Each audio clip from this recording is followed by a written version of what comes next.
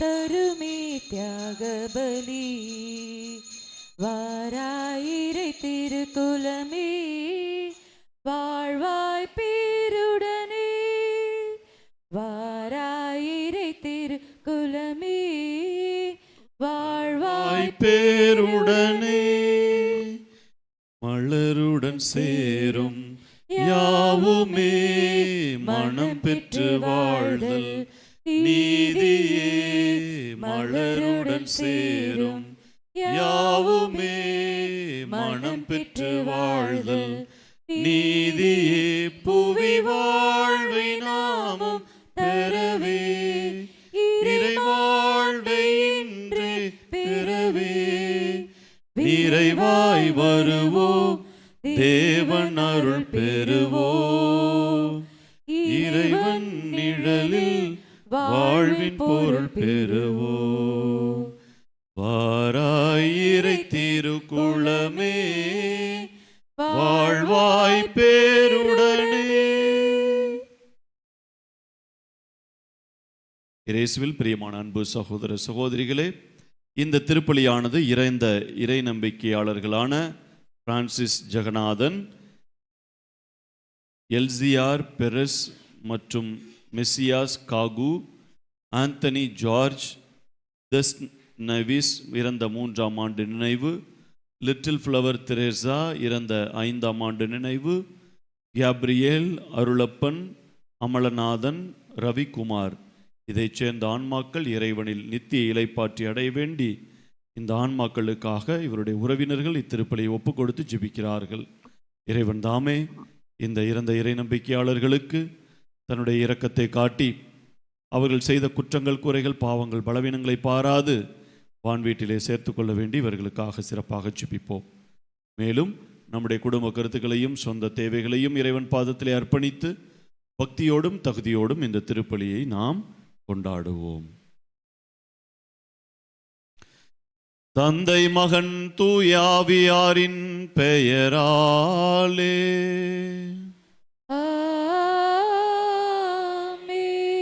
நம் ஆண்டவராகிய இயேசு கிறிஸ்துவின் அருளும் கடவுளின் அன்பும் தூய ஆவியாரின் நட்புறவும் உங்கள் அனைவரோடும் இருப்பதாக.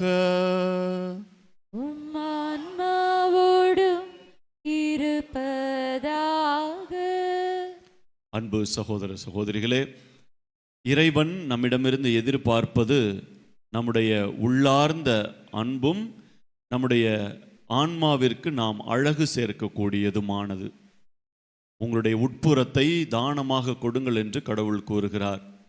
நம்முடைய உட்புறம் என்று சொல்கிற பொழுது நம்முடைய இதயத்திலிருந்து வரக்கூடிய அன்பு, அமைதி, பொறுமை, கனிவு, நன்னயம், தன்னடக்கம் ஆகிய நல்ல குணங்களால் நம்மை நாம் அணி செய்யவும் அதை பிறருக்கு வாரி வழங்கவும் நமக்கு அழைப்பு விடுக்கிறார். நாம் வெளி அலங்காரங்களுக்கும் ஆடம்பரங்களையும் கொண்டு அழகு சேர்க்கிறோமா, அல்லது இறைவனுக்கு எது பிடித்தமானது என்பதை உணர்ந்து நம்முடைய நல்ல குணங்களால், நல்ல செயல்களால் நாம் அழகு சேர்த்து ஆண்டவருக்கு புகழ் சேர்க்கிறோமா என்று சிந்தித்து பார்க்க இன்றைய வழிபாடு நமக்கு அழைப்பு விடுக்கிறது. ஆகவே அந்த உள்ளார்ந்த நம்முடைய ஆன்மாவுக்கு நாம் அழகு சேர்க்காமல் வெளி அலங்காரங்களுக்கும் ஆடம்பரங்களுக்கும் நாம் இடம் கொடுத்து வாழ்ந்ததற்காக இறைவனிடத்திலே மன்னிப்பை வேண்டி தூய மறை நிகழ்வுகளை கொண்டாட நாம் தகுதி பெறும் பொருட்டு நம் பாவங்களை ஏற்றுக்கொள்வோம்.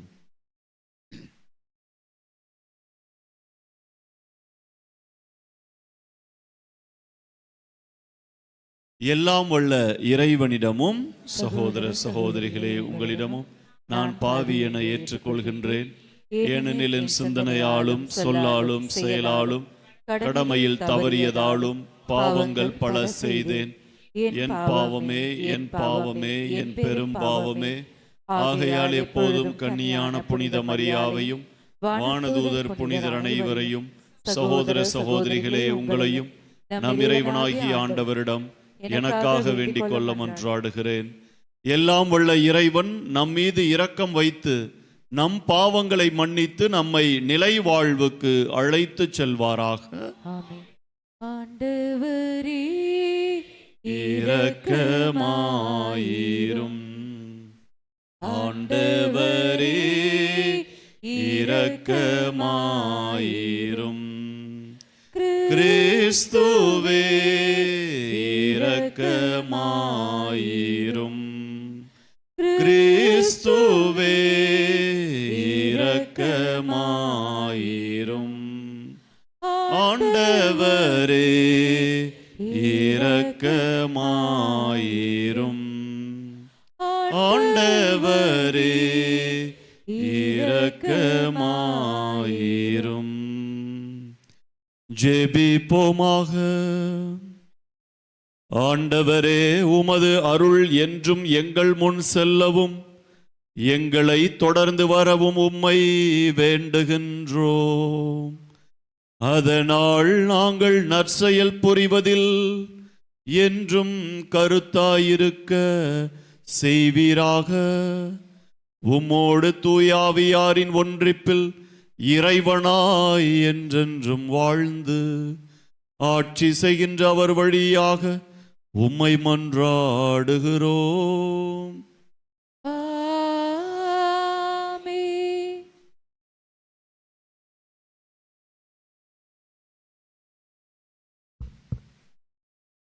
கடவுளை அறிந்திருந்தும் கடவுளுக்குரிய மாட்சியை அவருக்கு அளிக்கவில்லை. திருத்தூதர் பவுல் ரோமையருக்கு எழுதிய திருமுகத்திலிருந்து வாசகம். அதிகாரம் 1, இறைவசனங்கள் 16 முதல் 25 வரை. சகோதர சகோதரிகளே, நற்செய்தியை முன்னிட்டு வெட்கப்பட மாட்டேன், ஏனெனில் அதுவே கடவுளின் மீட்பளிக்கும் வல்லமை.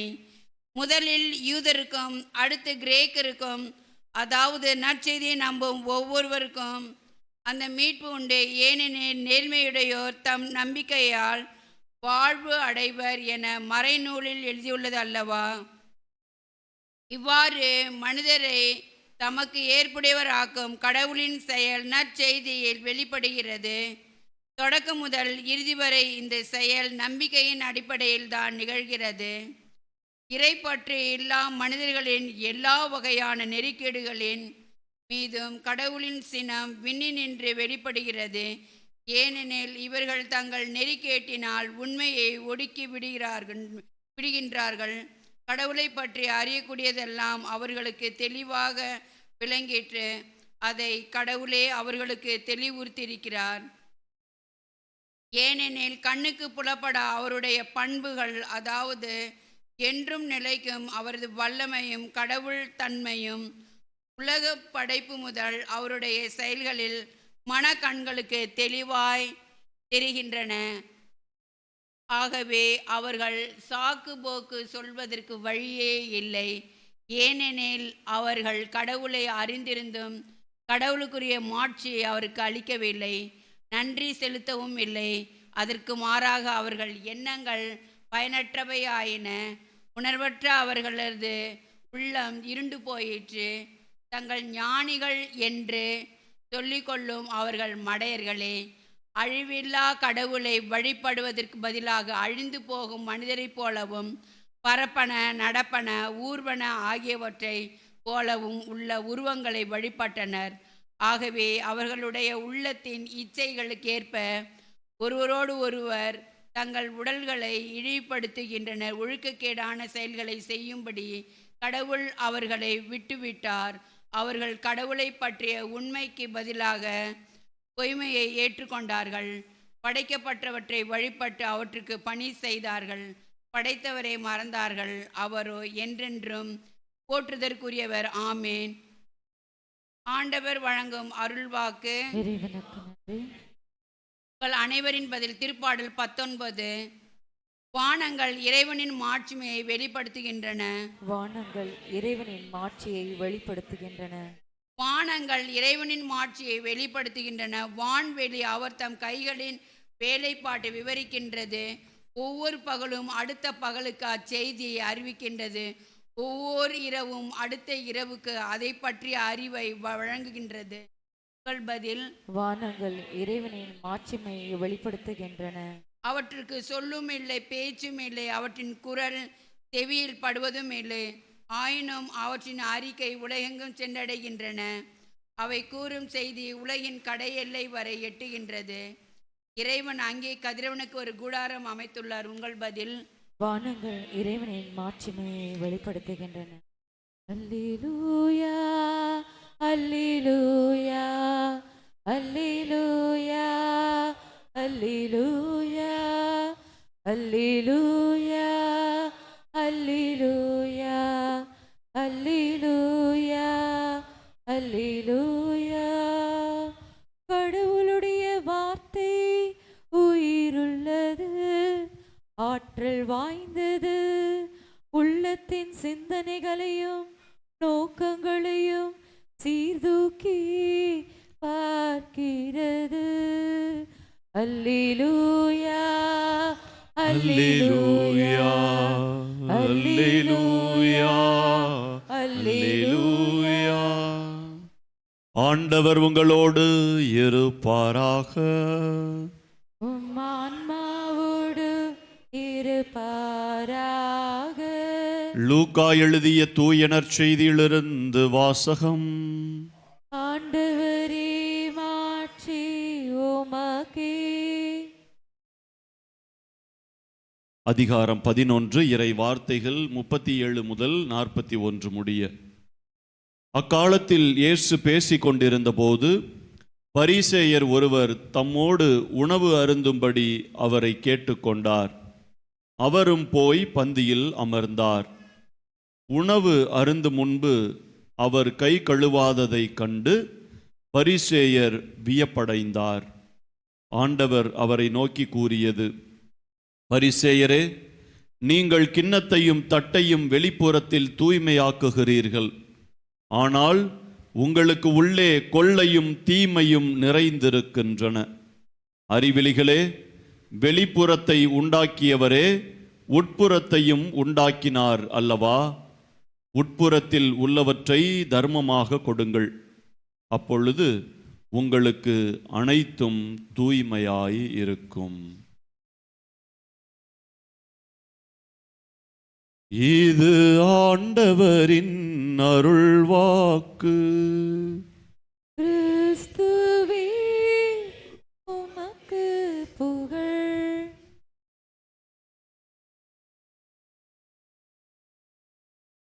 ஆண்டவரோ அகத்தை பார்க்கிறார், மனிதனோ புறத்தை பார்க்கிறான்.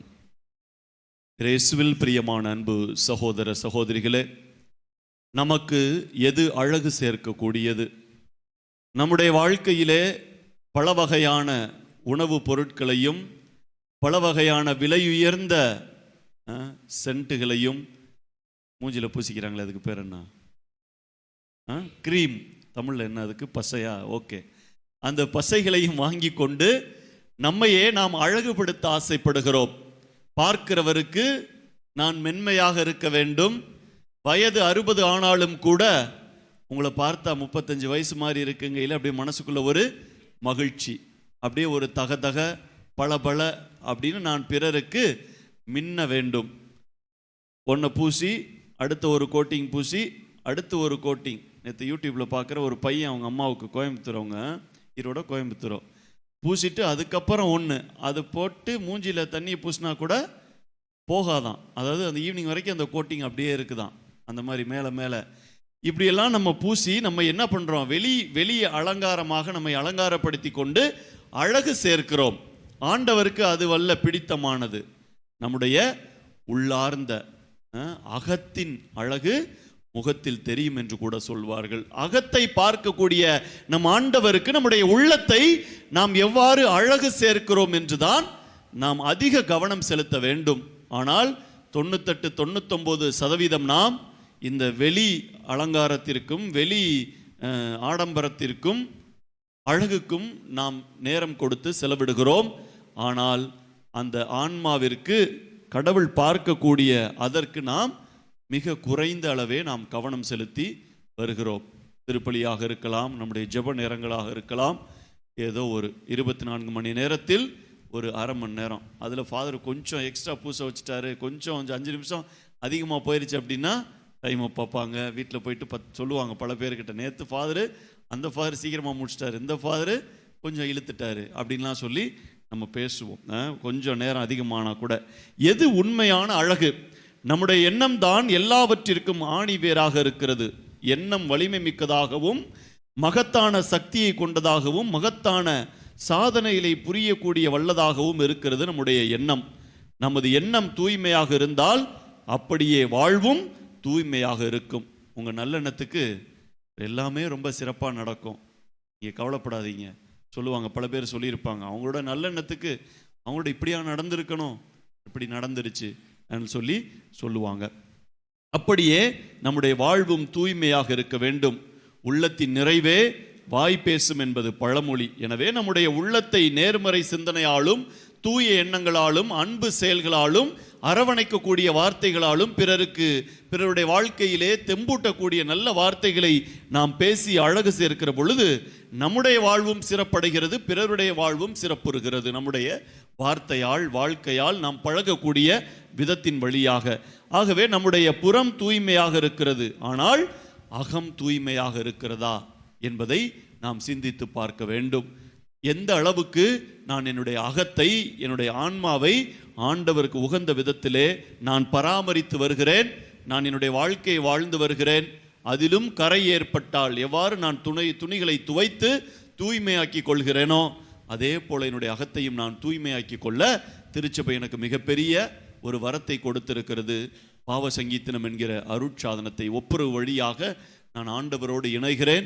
என்னுடைய சகோதர சகோதரிகளோடு நான் கொண்ட அந்த வெறுப்புணர்ச்சி, காழ்ப்புணர்ச்சி அனைத்திலும் இருந்து நான் விடுதலை பெற்று சமாதானமாகி தூய்மையான மனிதனாக இந்த உலகத்திலே வாழ ஆசைப்படுகிறேன். ஆகவே நமக்கு இரண்டுமே முக்கியம், அகமும் முக்கியம், புறமும் முக்கியம். ஆனால் கடவுள் ஒவ்வொருவரையும் தூய்மை உள்ளவர்களாக வாழத்தான் அழைப்பு விடுக்கிறார். அந்த தூய்மை புறத்தில் மட்டுமல்ல. குளித்தவன் குளிச்சுட்டு இப்போ வெளியில் போய் நம்ம குளிச்சிடறோம். கூழானாலும் குளித்து குடி, கந்தையானாலும் கசக்கி கட்டுன்னு சொல்கிறாங்க. பழமொழிகளெல்லாம் நிறைய உண்டு. நாம் தூய்மையாக இருக்க வேண்டும். இந்த கொரோனா காலத்துல எல்லாம் பார்த்தோம் அப்படின்னா எல்லாத்தையும் கழுவுறோம். இன்றைக்கி யாரெல்லாம் கழுவுறீங்க காய்கறியை? அவ்வளோதான், அத்தோட முடிஞ்சு. என்னைக்கு அந்த லேப்சஸ் எல்லாம் போயிருச்சோ அதுக்கப்புறம் ஃப்ரிட்ஜிலேருந்து எடுக்கும்போதே அதில் ஒரு தண்ணி மாதிரி ஒட்டி இருக்குமா, அதுவே பாதி காய்கறியை கழுவிடு. தக்காளி எடுத்து இப்படி சும்மா கையால் இப்படி தேய்ச்சிட்டு வெட்டி போட்டுடுறாங்க. அந்த இதெல்லாம் போய் அப்போல்லாம் கொண்டு வந்த காய்கறியை மஞ்சள் தண்ணியில் போட்டு அதை உணர வச்சு தொடச்சி ஆற வச்சு எல்லாமே ஹைஜீன். நம்முடைய வாழ்க்கைக்கு நல்லது தான், தூய்மையாகத்தான் இருக்க வேண்டும். நல்ல உணவுப் பொருட்களை தூய்மையான முறையிலே சுத்தமான முறையிலே நாம் வாங்கி அழுகு இருக்கா, அதில் எது புழுக்கள் இருக்கிறதா அதெல்லாம் நம்ம செக் பண்ணி நல்லா தூய்மையாக சமைச்சு சாப்பிடணும். நல்லது, உடம்புக்கு நல்லது. அதே போல் உடம்புல அதை ஒரு ட்ரெஸ்ஸில் ஒரு கரை பட்டுருச்சுன்னா கூட இன்னும் என்னென்னமெல்லாம் ஊற்றி நம்ம என்ன பண்ணுறோம், அதை உடனே கசக்கி தூய்மையாக்குறோம். அன்றைக்கி ஒரு வீட்டுக்கு போயிருந்தேன், என்னோட அங்கியில் பின்னாடி ஏதோ ஒரு சின்ன ஒரு ரத்தக்கரை மாதிரி இந்த ஓரத்தில் ஒட்டி இருந்தது. எங்கேயோ உட்காந்துருந்துருக்கிறேன். உடனே அவங்க வீட்டிலேருந்து ஒரு லிக்விடு கொண்டு வந்தாங்க, ஊற்றி கசக்கி அங்கேயே சரி பண்ணிட்டாங்க. இங்கே கோயிலுக்கு வர்றதுக்குள்ளே ஆறிடுச்சு.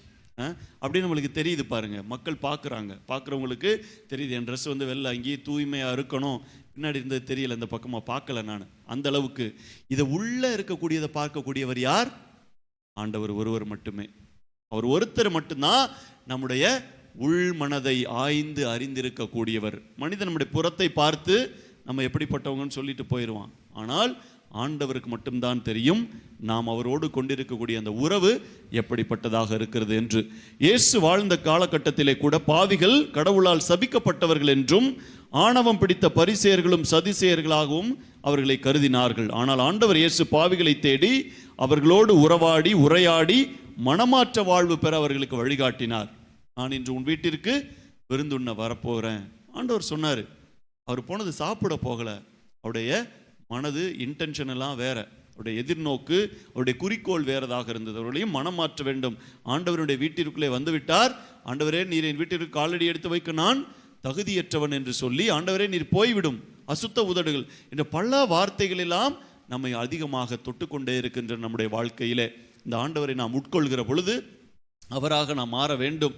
அவர் நம்முடைய உள்ளத்திலே தங்குகிற பொழுது என்னுடைய இடம் எவ்வாறு பரிசுத்தமாக தூய்மையாக இருக்க வேண்டும் என்று சொல்லி நாம் அதிக நேரம் கொடுத்து செலவிழுத்து நம்முடைய ஆன்மாவை தூய்மையாக வைத்துக் கொள்ள வேண்டும். ஒரு உறவினர்கள் வருகிறார்கள் என்று சொன்னால் கூட உடனே நாம் வீடுகளை சுத்தம் செய்து ரொம்ப அழகாக நீட்டாக வச்சுருப்போம். அந்த நேரத்தில் அது டஸ்டெல்லாம் இது நம்ம வர்றவங்க உங்கள் வீடு நல்லா நீட்டாக வச்சுருக்கிறீங்க. மனிதர்களுக்குத்தான் நாம் அழகு சேர்க்கிறோமே தவிர கடவுளுக்கு அழகு சேர்ப்பதில்லை. குறை சொல்லலை, குறிப்பிட்ட அளவு தான் நம்ம கடவுளுக்கு அழகு சேர்க்கிறோம். ஆகவே இன்றைய வாசகங்கள் வழியாக நாம் ஆண்டவருக்கு கண்டிப்பாக அழகு சேர்க்க வேண்டும் நம்முடைய ஆன்மா வழியாக என்று நமக்கு அறைகூவல் விடுக்கிறார். ஆகவே நம்மை அழகுபடுத்த ஒரு செயலை செய்வதற்கு நம்மிடம் இருக்கக்கூடிய பொருட்களை பிறரோடு பகிர்ந்து கொள்வதற்கு உடைய உள் மனதில் இருக்கக்கூடியதை உட்புறத்தில் உள்ளவற்றை தானமாக கொடுங்கள். தானம் என்று சொல்கிற பொழுது நாம் திரும்ப எதையும் எதிர்பார்ப்பதில்லை. பிறர் என்னை அன்பு செய்ய விட்டாலும் பிறர் என்னை மன்னிக்க விட்டாலும் பரவாயில்லை, நான் பிறரை அன்பு செய்வேன், மன்னிப்பேன், ஏற்றுக்கொள்வேன். அவர்களிடத்தில் இருக்கக்கூடிய நல்ல குணங்களை நான் கற்றுக்கொள்வேன், தீயவைகளை நான் வெறுத்து என்னிடத்தில் இருக்கக்கூடிய நல்ல பண்புகளால் நான் என்னையும் அணி செய்வேன், பிறரையும் அணி செய்வேன் என்று சொல்லி நாம் எந்த அழகால் நாம் கடவுளுக்கு அழகு சேர்க்கிறோம்? நம்முடைய புறத்தால் அகத்தால் என்பதை நாம் தீர்மானம் செய்து கொள்ள வேண்டும். மனிதர் பார்வையிலே நாம் எப்படியும் வாழ்ந்து விடலாம், அவர்கள் நமக்கு சன்மானம் தரப்போவதில்லை. ஆனால் ஆண்டவர் தான் நமக்கு தக்க சன்மானத்தை கொடுப்பார். ஆகவே அந்த உட்புறத்தை அவர் நமக்கு தானமாக பிறரோடு பகிர்ந்து வாழ அழைப்பு விடுக்கிறார். இருக்கிறவற்றை கொடுப்போம். சட்டியில் இருந்தால்தான் அகப்பைக்கு வரும். முதலிலே இந்த சட்டியாகிய நம்முடைய ஆன்மாவை நாம் எந்த நிலையில் வைத்திருக்கிறோம்? ஏதாவது கொஞ்ச நாச்சும் இருக்குதா? வலிச்சு எடுக்கிற அளவுக்காவது ஏதாவது கொஞ்சம் இருக்குதா? அது அடிப்பிடிச்சு இருக்கிறோம் இல்லையா? அந்த அளவுக்காவது ஏதாவது என்னிடத்துல அன்பு இருக்கிறதா? மன்னிக்கக்கூடிய திறமை இருக்கிறதா? பிறர் ஏற்றுக்கொள்ளக்கூடிய பண்பு இருக்கிறதா? பொறுமை இருக்கிறதா? கனிவு இருக்கிறதா? தாழ்ச்சி இருக்கிறதா? என்றெல்லாம் நாம் இயேசு கிறிஸ்துவிடமிருந்தும் கற்றுக்கொள்கிறோம், அன்னை மரியிடத்திலிருந்து கற்றுக்கொள்கிறோம். இவர்களிடமிருந்து கற்றுக்கொண்ட புனிதர்கள் எத்தனையோ பேர் நமக்கு சாட்சிகளாக வாழ்ந்திருக்கிறார்கள். ஆகவே அன்பு சகோதர சகோதரிகளே, இந்த சிறப்பான நாளிலே நாம் எவற்றை தானமாக கொடுக்க கடவுள் நமக்கு அழைப்பு விடுக்கிறார் என்பதை நாம் உணர்ந்து வாழ்வோம். உட்புறத்தில் உள்ளவற்றை தான் இந்த நல்ல பண்புகள் ஆவியின் கனிகளாலும் கொடைகளாலும் நாம் நிரப்பப்பட்டு அந்த பெற்றுக்கொண்ட கனிகளையும் கொடைகளையும் பிறரோடு பகிர்ந்து கொண்டு வாழ்கிற பொழுது இந்த உலகம் நமக்கு பரலோகமாக மாறிவிடுகிறது. நம்முடைய குடும்பம் பரலோகமாக மாறுகிறது, நம்முடைய உள்ளம் தூய்மையாக்கப்படுகிறது, நம்மிடத்திலே வருகிறவர்களும் அந்த தூய்மையை அனுபவிக்க முடியும். ஆகவே தொடர்ந்து இந்த திருப்பலியிலே நாம் மன்றாடுவோம். எவற்றிற்கு நாம் அழகு சேர்க்கிறோம்? உட்புறத்திற்கா அல்லது வெளிப்புறத்திற்கா? ஆண்டவர் விருப்பப்படுகிற அந்த உட்புறத்திற்கா அல்லது மனிதன் எதிர்பார்க்கிற வெளிப்புறத்திற்கா என்று சிந்தித்த வண்ணமாய் தொடர்ந்து நம்முடைய உட்புறத்தை தூய்மையாக வைத்து ஆண்டவருக்கு உகந்தவற்றை செய்து உட்புறத்தில் உள்ளவற்றை தானமாக கொடுத்து எல்லோரும் மகிழ்ச்சியோடு இந்த உலகத்திலே வாழ நாம் ஒருவர் மற்றவருக்காய் மன்றாடுவோம். இறைவர் நம்மையும் நம் குடும்பத்தார் அனைவரையும் நிறைவாய் ஆசீர்வதித்து பாதுகாத்து வழி நடத்துவாராக. ஆமேன். முழுவதும் உம்மிடம் தருகின்றேன், என் மனம் அறிந்து நீ உன் கையில் ஏற்றிடுவார்.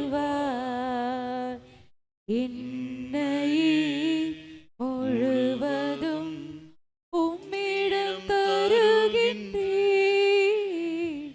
என் மனம் அறிந்து நீ உன் கையில் ஏற்றிடுவார். உண்மைக்காக வாழ்ந்திடும் நெஞ்சம் என்னில் உண்டு, உயிர் கொடுக்கவும் துணிந்திடும் உந்தன் பாதை சென்று. உண்மைக்காக வாழ்ந்திடும் எந்தன் நெஞ்சம் உண்டு, உயிர் கொடுக்கவும் துணிந்திடும் உந்தன் பாதை சென்று. என் நெஞ்சில் வாழ்பவன் நீதானே, இனி அச்சம் கொள்வதும் வீண்டானே. என் நெஞ்சில் வாழ்பவன் நீதானே, இனி அச்சம் கொள்வதும் வீண்டானே. எந்தன் பணியில் 1000 தடைகள் வந்திடுமாயினும் இயேசுவே உனது வழியில் பயணம் தொடரும் என்னையே முழுவதும் உம்மிடம் தருகின்றேன். என் மனம் அறிந்து நீ உன் கையில் ஏற்றிடுவாய். சகோதர சகோதரிகளே, என்னுடையதும் உங்களுடையதுமான இவ்வழி எல்லாம் வல்ல இறைவனாகிய தந்தைக்கு ஏற்றதாகும்படி மன்றாடுங்கள். ஆட்சிக்காகவும் நமது நன்மைக்காகவும் புனித திரு அவை அனைத்து நலனுக்காகவும் உமது கையிலிருந்து பலி ஏற்றுக்கொள்வாராக.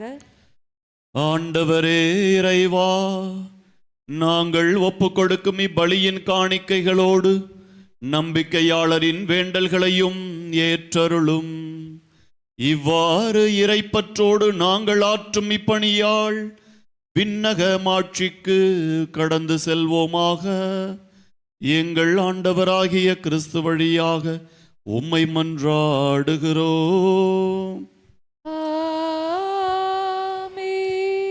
ஆண்டவர் உங்களோடு இருப்பாராக. உம்மான்மாவோடும் இருப்பாராக.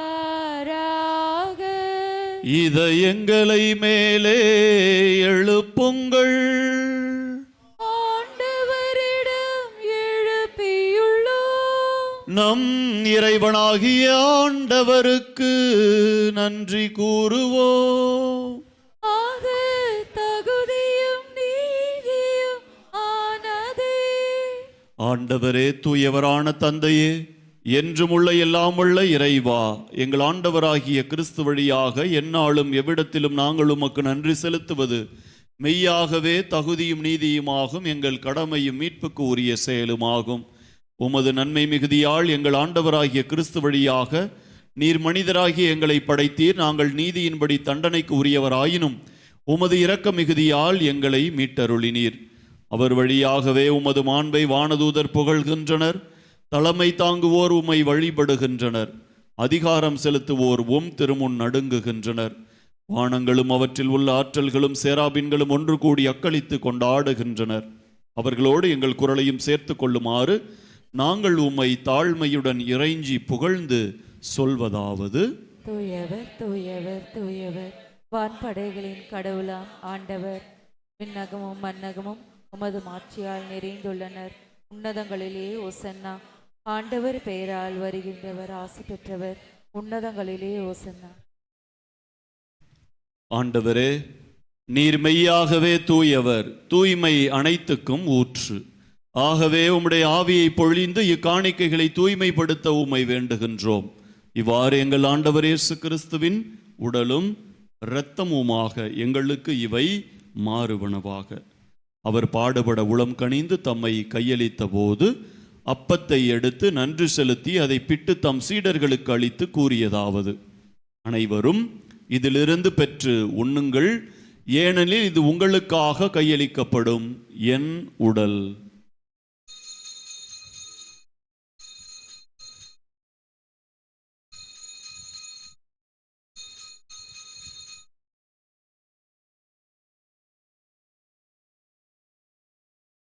அவ்வண்ணமே இரவு விருந்தை அருந்திய பின் கிண்ணத்தையும் எடுத்து மீண்டும் உமக்கு நன்றி கூறி தம் சீடர்களுக்கு அளித்து அவர் கூறியதாவது: அனைவரும் இதிலிருந்து பெற்று பருகுங்கள், ஏனெனில் இது புதிய நிலையான உடன்படிக்கைக்குரிய என் இரத்தத்தின் கிண்ணம். இது பாவ மன்னிப்புக்கென்று உங்களுக்காகவும் பலருக்காகவும் சிந்தப்படும். இதை என் நினைவாக செய்யுங்கள்.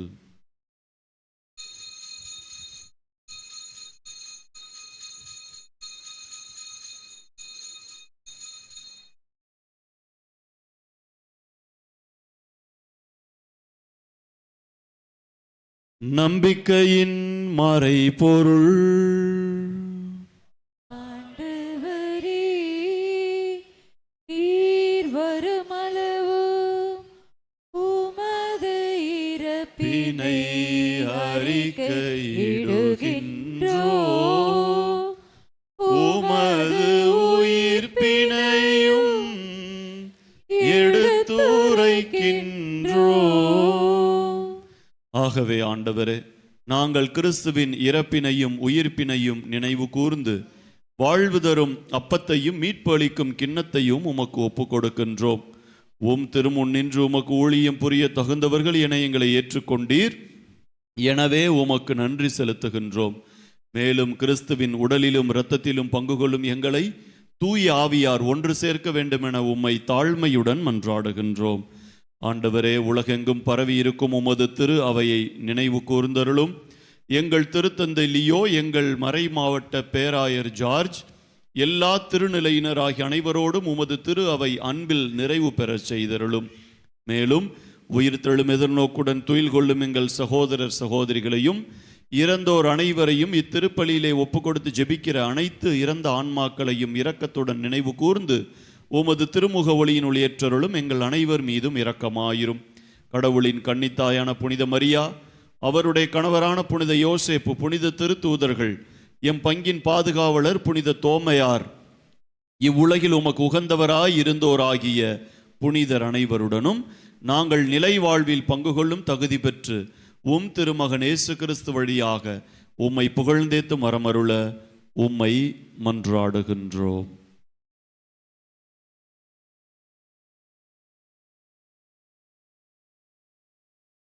இவர் வழியாக இவரோடு இவரில் எல்லாம் வல்ல இறைவனாகிய தந்தையே, தூய ஆவியாரின் ஒன்றிப்பில் எல்லா புகழும் மாட்சியும் என்றென்றும் உமக்கு உரியதே.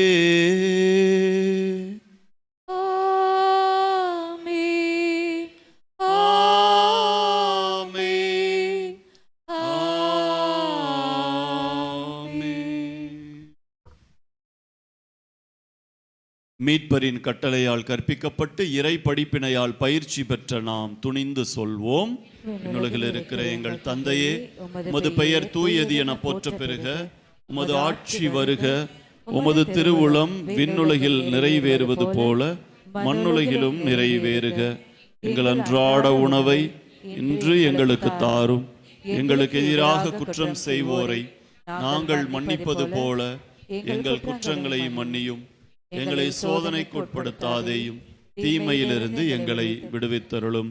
ஆண்டவரே, தீமை அனைத்திலும் இருந்தும் எங்களை விடுவித்து எங்கள் வாழ்நாளில் அமைதியை கனிவுடன் அருள உம்மை மன்றாடுகின்றோம். உமது இரக்கத்தின் உதவியால் நாங்கள் பாவத்தில் இருந்து எப்போதும் விடுதலை பெற்று யாதொரு கலக்கமும் இன்றி நலமாய் இருப்போமாக. நாங்கள் எதிர்நோக்கி இருக்கும் பேரின்பத்துக்காகவும் எம் மீட்பராகிய இயேசு கிறிஸ்துவின் வருகைக்காகவும் காத்திருக்கின்றோம். ஆண்டவரே இயேசு கிறிஸ்துவே, அமைதியை உங்களுக்கு விட்டுச் சொல்கின்றேன், என் அமைதியையே உங்களுக்கு அளிக்கின்றேன் என்று உம் திருத்தூதர்களுக்கு மொழிந்தீரே. எங்கள் பாவங்களை பாராமல் உமது திரு அவையின் நம்பிக்கையை கண்ணோக்கி உமது திருவுளத்துக்கு ஏற்ப அதற்கு அமைதியையும் ஒற்றுமையையும் அளித்தருள்வீராக. என்றென்றும் வாழ்ந்து ஆட்சி செய்கின்றவர் நீரே. ஆண்டவருடைய அமைதி உங்களோடு என்றும் இருப்பதாக. ஒருவருக்கொருவர் அமைதியை பகிர்ந்து கொள்வோம். சமாதானம். உலகின் பாவங்களை போக்கும் இறைவனின் செம்மறியே, எங்கள் மேல் இரக்கமாயிரும். உலகின் பாவங்களை போக்கும் இறைவனின் செம்மறியே, எம்மேல் இரக்கமாயிரும். உலகின் பாவங்களை போக்கும் இறைவனின் செம்மறியே, எமக்கு அமைதியை தரும்.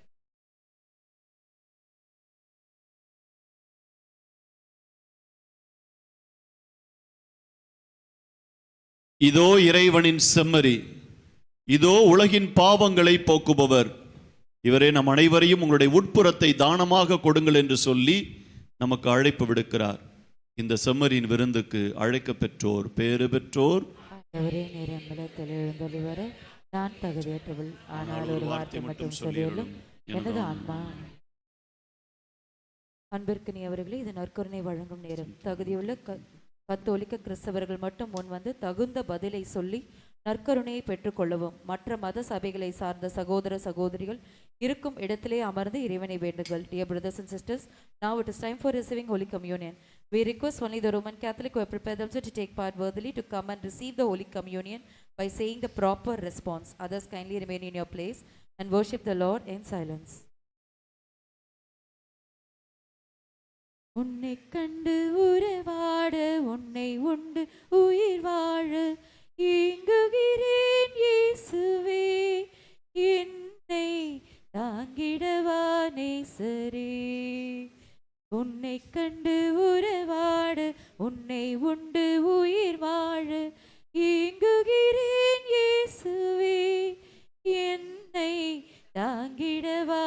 நேசரே அழைத்தே இறைவா இதயம் வருவாய் அழைத்தே இறைவா இதயம் வருவாய் மாறாத பேரன்பு உன் கருணை அது மலரச் செய்யும் என்னில் உன் திறனை மாறாத பேரன்பு உன் கருணை அது மலரச் செய்யும் என்னில் உன் திறனை வாராத வந்த அன்பே ஈசையா உன்னை சேராத வாழ்வு என்னில் ஏதையா மாறாத வந்த அன்பே ஈசையா உன்னை சேராத வாழ்வு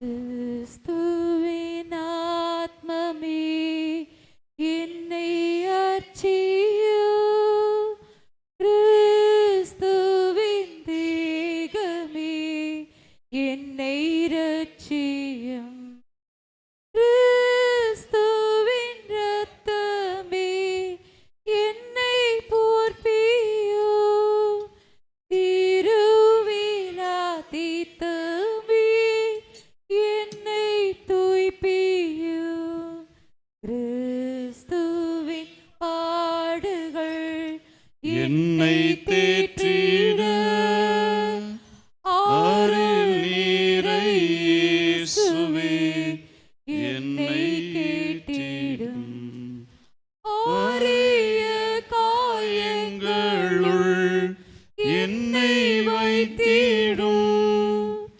பிரிந்திடா வண்ணமாய் என்றும் கட்டிடும் பொழுது சத்ருவிடம் நின்றே காத்திடும் மாரண விளைதனில் என்னை கூப்பிடும் பாரகாதியில் நீதம் உம்மை வாழ்த்தவே வருக என் அன்போடு என்னை விடும் ஆமென்.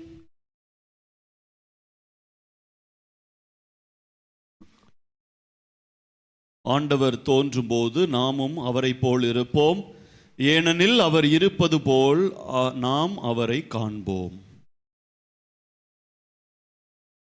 நன்றி கூறி மன்றாடுவோமாக. ஆண்டவரே, மாண்புக்குரிய உம்மை பணிந்து வேண்டுகின்றோம். அதனால் புனிதமிக்க உடலாலும் இரத்தத்தாலும் எங்களுக்கு உணவளிப்பது போல எங்களை அவரது இறை இயல்பிலும் பங்கு பெற செய்வீராக. எங்கள் ஆண்டவராகிய கிறிஸ்து வழியாக உம்மை மன்றாடுகிறோம். ஆமென். ஆண்டவர் உங்களோடு இருப்பாராக. ஆன்மாவோடும் இருப்பாராக. எல்லாம் வல்ல இறைவன் தந்தை, மகன், தூய ஆவியார் உங்கள் அனைவரையும் ஆசீர்வதிப்பாராக. ஆமென். உட்புறத்தை தானமாக கொடுத்து அழகு சேர்த்து வாழ சென்று வாழுங்கள். திருப்பலி நிறைவேறிற்று. இறைவனுக்கு நன்றி. யூபிலி ஆண்டு ஜெபம். விண்ணக தந்தையே, உம் திருமகனும் எம் சகோதரருமான இயேசு கிறிஸ்துவில் நீர் எங்களுக்கு வழங்கிய நம்பிக்கையும் தூய் ஆவியார் வழியாக எங்கள் இதயங்களில் நீர் பற்றி எரிய செய்த பிறரன்பு சுடரும் உமது அரசின் வருகைக்கான எதிர்நோக்கை எங்களில் தட்டி எழுப்புவனவாக நற்செய்தியின் விதைகளை நாளும் வளர்த்தெடுக்கும் நல்லோராய் உம் அருள் எம்மை மாற்றுவதாக. தீமையின் ஆற்றல்கள் மறைந்து உம் ஆட்சி நீடித்து ஒளிரும் பொருட்டு மானிட உள்ளங்களும் முழு அண்டவெளியும் புதிய மன்னகம் நோக்கிய காத்திருத்தல் மாற்றம் பெறுவனவாக. யூபிலி கொண்டாட்டத்தின் அருள் விண்ணக செல்வங்களுக்கான ஆர்வத்தை எதிர்நோக்கின் திருப்பயணிகளாகிய எம்மில் தூண்டி எழுப்புவதாக. அதே அருள் எம் மீட்பரின் மகிழ்ச்சியையும் அமைதியையும் அகிலமெங்கும் அளிப்பதாக. என்றென்றும் போற்றுதற்குரிய எம் கடவுளாகிய உமக்கே மாட்சியும் புகழும் இன்றும் என்றும் உரித்தாகுக. ஆமென். அன்னைக்கு கரம் குவிப்போ, அவள் அன்பை பாடிடுவோ, அவள் அன்பை பாடிடுவோ. அன்னைக்கு கரம் குவிப்போ, கன்னிமையில் இறைவன் உரு கொடுத்தார். அந்த முன்னவரின் அன்னை என திகழ்ந்தார். கன்னிமையில் இறைவன் உரு கொடுத்தார். அந்த முன்னவனின் அன்னை என திகழ்ந்தார். மனுக்குலம் வாழ்ந்திட பாதை படித்தார். மனுக்குலம் வாழ்ந்திட பாதை படித்தார். தினம் அவள் புகழினை பாடிடுவோம். அன்னைக்கு கரம் குவிப்போம். ஸ்துதிக்குரிய பரிசுத்த நற்கருணைக்கு பக்தியாய் ஆராதனை இத்திசையும் புரிவோ. நித்திய ஸ்துதிக்குரிய பரிசுத்த நற்கருணைக்கு பக்தியாய் ஆராதனை இத்திசையும் புரிவோ. நித்திய ஸ்துதிக்குரிய பரிசுத்த நற்கருணைக்கு பக்தியாய் ஆராதனை இத்திசையும் புரிவோ. தந்தை மகன் தூய ஆவியாரின் பெயராலே